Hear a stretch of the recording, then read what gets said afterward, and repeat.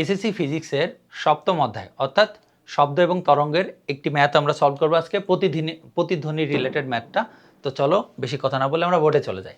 তো ম্যাথটা অনেক বড়, তো একটু পড়ে ফেলি আর কি, তোমরাও একটু পড়ো। এখানে এক ব্যক্তি পাহাড়ের সামনে দাঁড়িয়ে চিৎকার করলে সে প্রতিধ্বনি শুনতে না পেয়ে ফ্রাস্ট্রেটেড হয়ে গেছে, সে কী করলো, 0.5 মিটার পিছনে গিয়ে চিৎকার করলো এবং 0.1 সেকেন্ড পর প্রতিধ্বনি শুনতে পায়। ওই দিনের বায়ু তাপমাত্রা ছিল 40 ডিগ্রি সেলসিয়াস। আর ব্যক্তিটি সর্বপ্রথম কত দূরে দাঁড়িয়ে চিৎকার করেছিল তা নির্ণয় করো। তাহলে বড় প্রশ্ন, কিন্তু অ্যান্সারটা আসলেই খুব সহজ। মেনলি এটা নিয়ে আসছে অনেক বড় কোশ্চেন থেকে কিভাবে আমরা ডাটা অ্যানালাইসিস করতে পারি এবং ডাটাগুলো নিয়ে কালেক্ট করে এবং সেগুলো অ্যানালাইসিস করে কিভাবে আমরা ম্যাথগুলো করতে পারি সহজেই, সেইটার জন্যই আসলে এই ম্যাথটা নিয়ে আসা। তো মেন কথা এখানে কি, যে সে একটা পাহাড়ের সামনে বা একটা কোনো একটা পিষ্ট বা কোনো একটা বড় কোনো বিল্ডিংয়ের সামনে দাঁড়িয়ে আছে এবং সে যে চিৎকার করার ফলে সে কোনো প্রতিধ্বনি শুনতে পায় না। এবং ওই দিনের তাপমাত্রা কত ছিল, 40 ডিগ্রি সেলসিয়াস। এইটা শুড বি নোটেড। হ্যাঁ, এবার উনি কি বলেন যে উনি হলো 0.5 মিটার যখনই পিছাই গেছে তখন কি হয়েছে, 0.1 সেকেন্ড পরে প্রতিধ্বনি শুনতে পাচ্ছে। এটা খুব ইম্পর্টেন্ট একটা ডাটা। তাহলে এখানে মোট ডাটাই রয়েছে তিনটা। একটা হলো টেম্পারেচার আছে, একটা নির্দিষ্ট দূরত্ব থেকে 0.5 মিটার পিছিয়ে যাওয়ার পরে তিনি 0.1 সেকেন্ড পরে প্রতিধ্বনি শুনতে পেয়েছে। আমরা একটু এটার একটা ডায়াগ্রাম আঁকানোর চেষ্টা করি, তাহলে দেখবা এটা অনেক সহজ হয়ে যাবে। হ্যাঁ, ডায়াগ্রাম দিয়ে শিখলে অনেক বেশি সহজ হয়ে যায়। তো আমি মনে করলাম এই জায়গাটায় পাহাড়টা আছে, এইটাই আমাদের ধরো পাহাড়টা। হ্যাঁ, এই পাহাড়টা, এবং সে কি হয়েছে, মানুষটা এই জায়গায় দাঁড়ায় রয়েছে, মানুষটা এই জায়গাটায় দাঁড়িয়েছিল এবং সে চিৎকার করছিল। চিৎকার করলে মানুষ থেকে এই পাহাড়টার দূরত্বটা এটা আমি ধরে নিলাম, ঠিক আছে, পাহাড়টার দূরত্ব এইটা। এখন ও তো শব্দ শুনতে পায় নাই, শব্দ না শুনতে পেয়ে ও কি হয়েছে, আরেকটু সামনের দিকে এসে এখানে দাঁড়াইছে। এখানে যখন দাঁড়িয়ে যখন চিৎকার করছে ও তখন শব্দ শুনতে পেয়েছে। এবং এদের দুইজনের মধ্যবর্তী, তাহলে এইখান থেকে এইটুকু দূরত্ব কত, 0.5 মিটার। এইটা ওরা বলে দিয়েছে 0.5 মিটার। এবং এখান থেকে যখন সে শব্দটা শুনতে পারলো, মনে করলাম এই দূরত্বটা x মিটার, তাহলে নতুন দূরত্ব কত বলো তো, এখান থেকে যদি এইটুকু দূরত্ব ধরি সেটা কত হবে, x প্লাস 0.5 মিটার। এটা হবে না, বলো নতুন দূরত্বটা x প্লাস 0.5 মিটার। এবং এখানে যেই প্রতিধ্বনিটা শুনতে, সেই প্রতিধ্বনি শোনা যেই সময়টা হলো 0.1 সেকেন্ড। এই যে আমাদের সব কিছু বেড়ে গেছে, আর কিছু লাগবে না। এখানে যা আছে এটা দিয়ে খুব আরামসে আমরা এই প্রতিধ্বনির বা ওনার যেই দূরত্বটা এক্স এর মানটা বের করতে পারবো। আর ওই দিনের টেম্পারেচার কত ছিল, 40 ডিগ্রি সেলসিয়াস। ব্যাস, আশা করি এটা বুঝছো।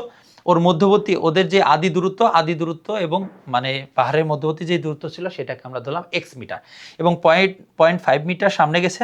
তাহলে এখনকার দূরত্ব কত হবে, x প্লাস 0.5 মিটার, এবং এখানে সময় কত, 0.1 সেকেন্ড। একটা জিনিস তোমাদেরকে একটু বলে দিই, যে আমাদের মস্তিষ্কে কোনো শব্দের স্থায়িত্বকাল হলো 0.1 সেকেন্ড।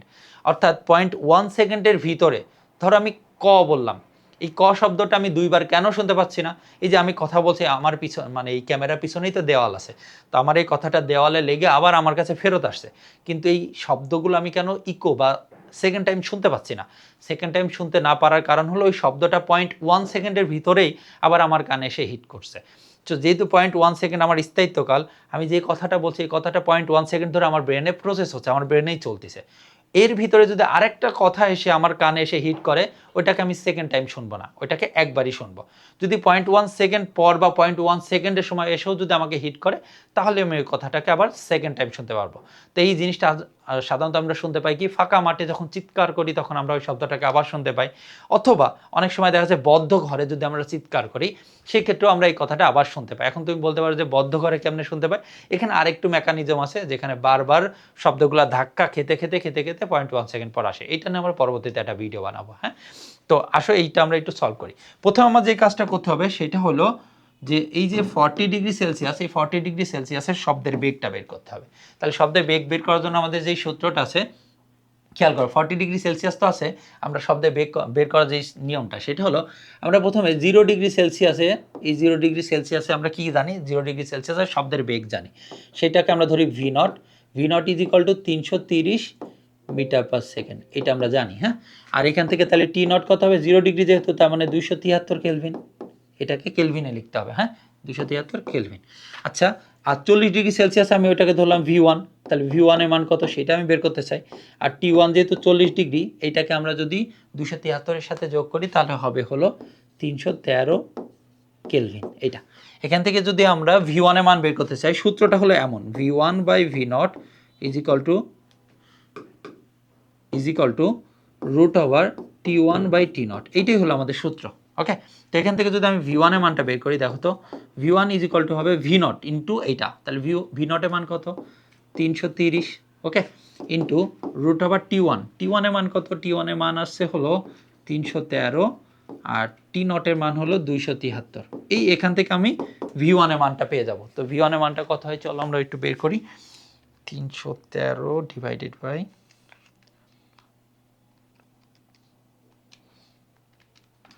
এটা মান হচ্ছে 353.35 মিটার পার সেকেন্ড। ওকে, তাহলে ওই দিনের আমি বেগ পেয়ে গেছি। এখন খেয়াল করো তো, প্রতিধ্বনি যেই সূত্রটা ছিল, প্রতিধ্বনির সূত্র হইল যে 2D is equal to V T. 2D is equal to V T. অনেকেই তোমরা মনে করতে পারো যে স্যার আমরা তো সূত্র পড়ি যে এস ইজ ইকাল টু ভিটি, যেহেতু শব্দ সমবেগে চলে এই জন্য এখানে আমরা সমবেগের সূত্রটা বসাবো। সেটা হলো কি এস ইজ ইকাল টু ভিটি। তো স্যার প্রতিধ্বনির সময় আমরা 2D ইজ ইকাল টু কেন ভিটি লিখি? কারণটা হইলো, আমি যদি এখানে একটু ছোট করে ডায়াগ্রাম দেখাই, এইটা হলো ধরো আমার পাহাড় বা কোনো বড় একটা বিল্ডিং, হ্যাঁ, যেখান থেকে শব্দ ওখানে লেগে আবার প্রতিধ্বনি নিয়ে আসবে, আবার ফেরত নিয়ে আসবে।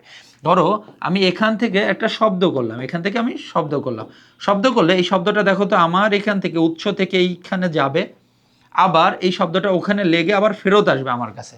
তাহলে যাচ্ছে এবং আসছে, যাওয়াকে যদি ধরি ডি, তাহলে ফেরত আসবে আবার ডি দূরত্ব। তাহলে যাওয়ার সময় ডি, আসার সময় ডি, তাহলে টোটাল কত দূরত্ব অতিক্রম করলো 2D। আসলে এখানে S is equal to 2D, তাহলে আমরা এখানে লিখতে পারি S is equal to 2D is equal to V T, এটাও আমরা লিখতে পারি। ঠিক আছে, তো এত তার লেখার দরকার নেই, তো শুধু আমরা এই 2D ইজ ইকাল টু ভিটি লিখতে পারি। তাহলে ডি হলো কি, ডি হলো উৎস থেকে এই যে প্রতিধ্বনি যেখান থেকে মানে শব্দ যেখানে বাধাপ্রাপ্ত হয়ে ফেরত আসছে, সেটা মধ্যবর্তী দূরত্বকে আমরা বলি ডি। তাহলে S is equal to V T আর 2D is equal to V T same সূত্রই। ডিটা এখানে কি, ডিটা হইলো যে উৎস থেকে প্রতিধ্বনি, যেখান থেকে প্রতিধ্বনি হচ্ছে সেই জায়গা পর্যন্ত, বা উৎস থেকে যেখানে শব্দ বাধাপ্রাপ্ত হচ্ছে তাদের মধ্যবর্তী দূরত্ব। আর এস হলো কি, এস হলো অতিক্রান্ত দূরত্ব, শব্দের অতিক্রান্ত দূরত্ব। তাহলে এখানে শব্দের অতিক্রান্ত দূরত্ব আসলে হলো 2D, মানে ডি এর দ্বিগুণ। আশা করি তোমরা এটা বুঝতে পারছো। তো চলো আমরা এখানে ডি এর মানটা যেটা পাইছি, উৎস থেকে ওদের দূরত্ব কত, এই যে এইটা, তাহলে ডি ইজ ইকাল টু কত, x plus 0.5 metre. D is equal to কত, এক্স প্লাস 0.5 মিটার। তাহলে এখান থেকে আমি যদি লিখি 2 into x plus 0.5 metre is equal to VT, V এর জায়গায় V1টা দিয়ে দিব, হ্যাঁ, আর টি এর মানটা এই যে 0.1 সেকেন্ড আমরা অলরেডি কালেক্ট করে রাখছি আগে থেকে। তাহলে V1 এর মান কত, 353.35, এটা হলো V1 এর মান। আর টি এর মান কত, 0.1 মিটার, 0.1 সেকেন্ড, সরি। তো এখান থেকে যদি আমরা এক্স এর মানটা বের করি তাহলেই আমাদের অ্যান্সারটা হয়ে যাবে। তাহলে সেই ক্ষেত্রে আমাদের ইন্টু 0.1, এটাকে যদি আমরা 2 দিয়ে ভাগ করি তাহলে x plus 0.5 is equal two, এটা আসলে হলো 17.667। আর এখান থেকে যদি এক্স এর মান বের করি তাহলে এখান থেকে মাইনাস 0.5 যদি করে দিই তাহলে অ্যান্সার হবে হলো 17.167 এত মিটার। তাহলে প্রতিফলক যে পৃষ্ঠ আছে অথবা পাহাড় থেকে আসলে ওই ব্যক্তির প্রথম যে দূরত্ব, আদি যে দূরত্ব, এই এক্স এর মানটা কত, এই এক্স এর মানটা হইল 17.167, 17.167 মিটার। আশা করি বুঝতে পারছো এই কোশ্চেনটা। তাহলে অনেক সময় কি বলতে পারে যে আমাদের ডিরেক্ট কোন এক জায়গা থেকে দিয়েও বলতে পারে যে আমাদের এখানে আসলে মান জানার জিনিস আছে হলো তিনটা। একটা হলো এই যে 2D এর জায়গায় মানে ডি এর মানটা জানতে চাইতে পারে, ভি এর মান জানতে চাইতে পারে, আবার টি এর মানও জানতে চাইতে পারে। ওরা ডিরেক্ট আমাকে টি এর মান দিয়েছিল, ওরা ডিরেক্ট আমাকে শুধু টি দিয়েছিল, আমাকে ভিও দেয়নি, আমাকে ডিও দেয় নাই। তাহলে ডিটা আমরা সামহাও এখান থেকে বের করে নিয়েছি, জাস্ট ডায়াগ্রাম আঁকাইলে আমার সামনে চলে আসছে। আর এখান থেকে ভি এর মানটা আমরা টেম্পারেচারের মাধ্যমে বের করে নিয়েছি।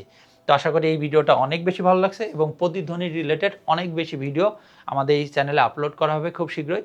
তো তুমি যদি প্রতিধ্বনি এই টাইপের ম্যাথে তোমার যদি প্রবলেম থেকে থাকে অবশ্যই তুমি প্রাইম পাঠশালাকে সাবস্ক্রাইব করে রাখো। আশা করি প্রতিধ্বনি রিলেটেড আর কোনো ম্যাথে তোমার প্রবলেম হবে না সামনে ভিডিওগুলো দেখলে, এবং এই ভিডিওটা আশা করি তোমরা বুঝতে পারছো। তো দেখা হচ্ছে নেক্সট কোনো ভিডিওতে, ততক্ষণ পর্যন্ত অবশ্যই ভালো থাকবে। ধন্যবাদ সবাইকে।